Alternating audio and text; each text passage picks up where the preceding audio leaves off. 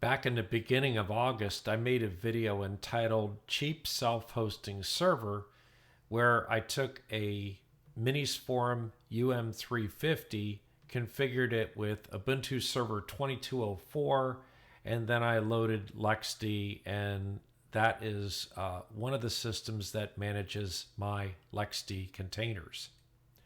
So today we want to talk a little bit about copying your system disk. And the reason I want to discuss this is because, well, I had a 500 gigabyte NVMe on that initial system, and I sort of outgrew it. So my UM350 small server is a 512 gigabyte NVMe actually. I thought that was kind of interesting that most NVMe's are kind of stated at 500 gigabytes, but this one was a 512 gigabyte.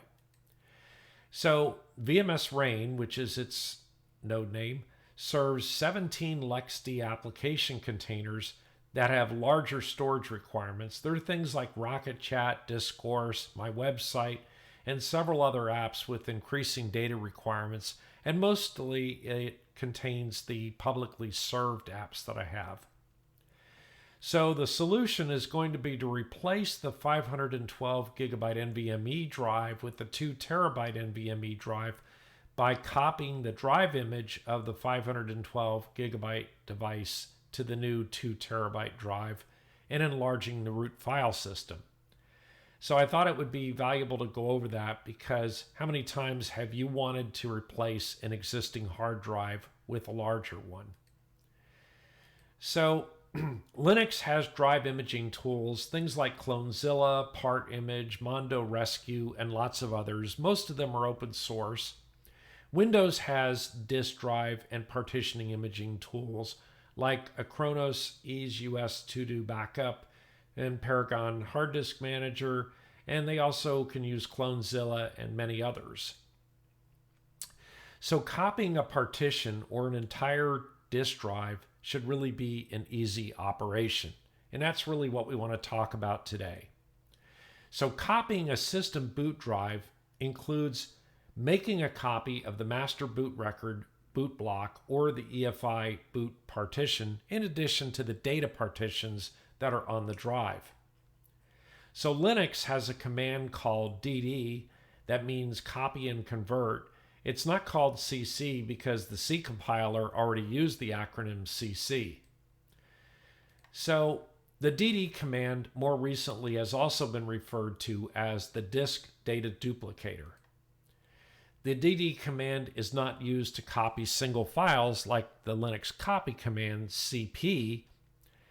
The dd command simply reads and writes blocks from one block-oriented device to another block-oriented device. So the dd command can copy a disk, or it can copy a partition from one disk to another, as you probably already surmised. So we're going to see how to use dd to make an image file of an entire disk, but inside of a compressed file image. And then we're going to see how to restore that disk file image to another disk. So since dd just reads and writes blocks, it can also copy a Windows disk or even a Mac disk, or really any other operating system, quite effectively. And the same thing goes for if you have a memory card from, say, a Raspberry Pi, you'll be able to apply this same technique. So how do we back up a drive with dd? Well, Linux identifies disk drives with names like /dev/sd, and then a letter, usually A, B, C, or D, A being the first drive, B being the second, C being the third, and so on. And then the Y after it is a partition number. So SDA1 would mean the first drive in your system and the first partition on that first drive. Or now that we have NVMe drives, they're designated as /dev/NVMe0N, and then the X there is whatever drive number it is, 1, 2, 3, or 4, and then the letter P followed by the partition number, partition 1, 2, 3, or 4. So you can use the command lsblk from the Linux command prompt to list your disk drives. And also, if you're a really old Linux user, you probably remember /dev/HDD, which was simply hard drive, but the SD really is supposed to stand for SCSI drive, which was kind of a catch-all for all drives that currently exist, which really, when you think about it, are some variation of SCSI. So normally, a DD backup of a partition would look something like this. So you would do something like sudo dd if, meaning input file, equals /dev/sdb. The output file equals /dev/sdc. And if we had a partition number like 1 or 2, it would just copy the partition. And then we have the optional parameter status equals progress. And what that's used to do is to see the progress of the copy as it occurs real time. So in our case, we're going to image the entire drive to a file. And so when I did that, I went ahead and took the NVMe drive out of the small Minisforum UM-350, and I put it in an external adapter here, which is an NVMe adapter. And I have the NVMe drive in here, and this thing I connected to a USB 3.1 Gen 2 port on my desktop computer, which of course will give me a 10 megabit transfer rate. So what we have here is we have a sudo of dd input file equals /dev/sdd, because sdd was what this little USB critter showed up as, even though it was originally an NVMe drive. Since it's not connected to an NVMe controller, it just shows up as an SDD device. And then I said, I piped that to bzip2, and that is a bzip is a compression algorithm, and I said go ahead and redirect that output to a file called vmsrain-512.bz2, and then I did & date, just because I was going to walk away from this thing that was going to take a couple of hours, and I was curious at what point in time it completed the backup. Okay, so then once we have a backup, we want to restore it to another disk. So the disk image is compressed, and it can be decompressed and piped to the new disk with a -c parameter, which is redirecting it to standard output.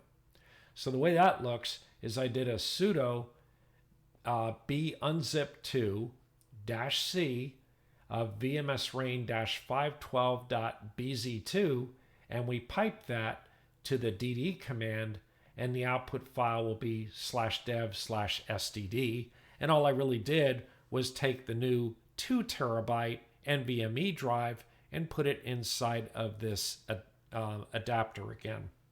Now, the reason I didn't do a drive-to-drive copy was simply because I did not have 2 of these devices. And also, I really wanted to have a backup file that I could store somewhere. So the new disk is larger than the old disk. I mean, that was the purpose of us doing this transition, right?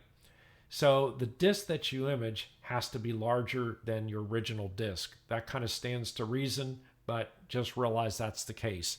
And it really, if it's the same size, a lot of times you can have problems. And the reason for that is because the block size, if it's very close, it sometimes won't recognize it as a larger geometry. Hi there. Okay, so when imaging is complete, the partition size of your data partition will not fill the disk. That also makes sense.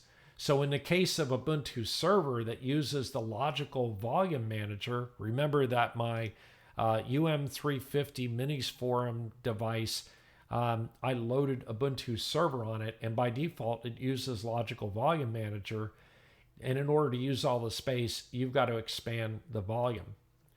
So there's a logical volume command called lvextend, and I said use 100% of the free space on /dev/ubuntu-vg/ubuntu-lv. And you'll see in a minute how that actually looks on following pages. But anyway, you can see here that it says that the LV, the logical volume, has been successfully resized. So that's not really enough, because we also have to resize the file system inside the logical volume. So Ubuntu uses LVM, as I already pointed out, and it's really not enough to just extend the LVM volume. You must also resize that file system to use all of the space.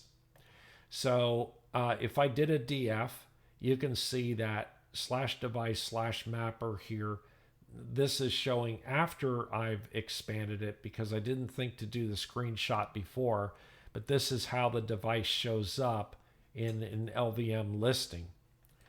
And then the command that I did was resize 2fs /dev/mapper /ubuntu-vg-ubuntu-lv, and I got that from this label that's up here when I did the DF.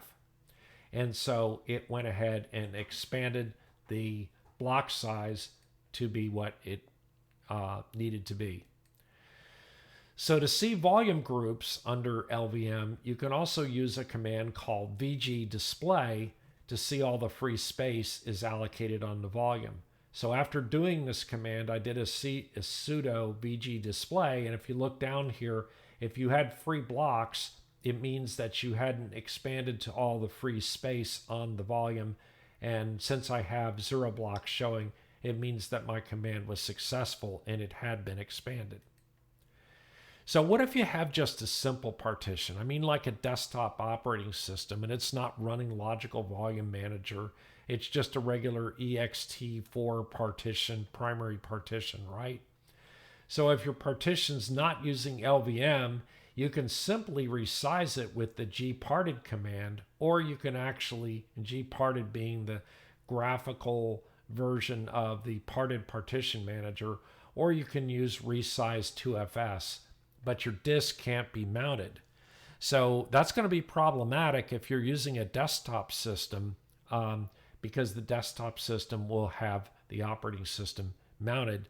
So you're going to want to get yourself a maybe an Ubuntu Live CD and boot it, so that it'll be booted from a thumb drive and not from the operating system that you're trying to modify the file system on. Kind of makes sense, but it's worth saying. So here's an example of when I put this drive, or I'm looking at my hard drive on my machine. This is not the Minisforum machine, but this is my desktop, which by the way also has a 2 terabyte system, and it's got an EFI boot partition, which is FAT32, and then it's got an ext4 partition, which I expanded using that method. And here's gparted showing it's been expanded already, but the way I expanded it was to boot it from the from a live Ubuntu thumb drive, and then I could invoke gparted in it to do the expansion. So in summary, DD is used to copy an entire disk, or you can copy individual partitions, and you can also make compressed images. Hi, what do you want? You want to come up here and see what's going on? Okay, so this is what happens when you have a needy cat who wants to talk to me here. So by default, Ubuntu server uses the Logical Volume Manager to handle volume groups for easy expansion. Desktop Ubuntu and Windows, by the way, have a data partition formatted either as ext4 or NTFS in the case of Windows, and it can be expanded through gparted after a copy or a restore. So you cannot resize a disk with either resize 2fs or gparted unless the disk is first dismounted, and that's why I mentioned the live CD method. And so again, I say connect the disk to another system or boot an Ubuntu live image to perform resizing of the root partition. Anyway, that's it for today. Please subscribe and like to the channel, and don't forget to hit that notification bell, and we'll see you next time.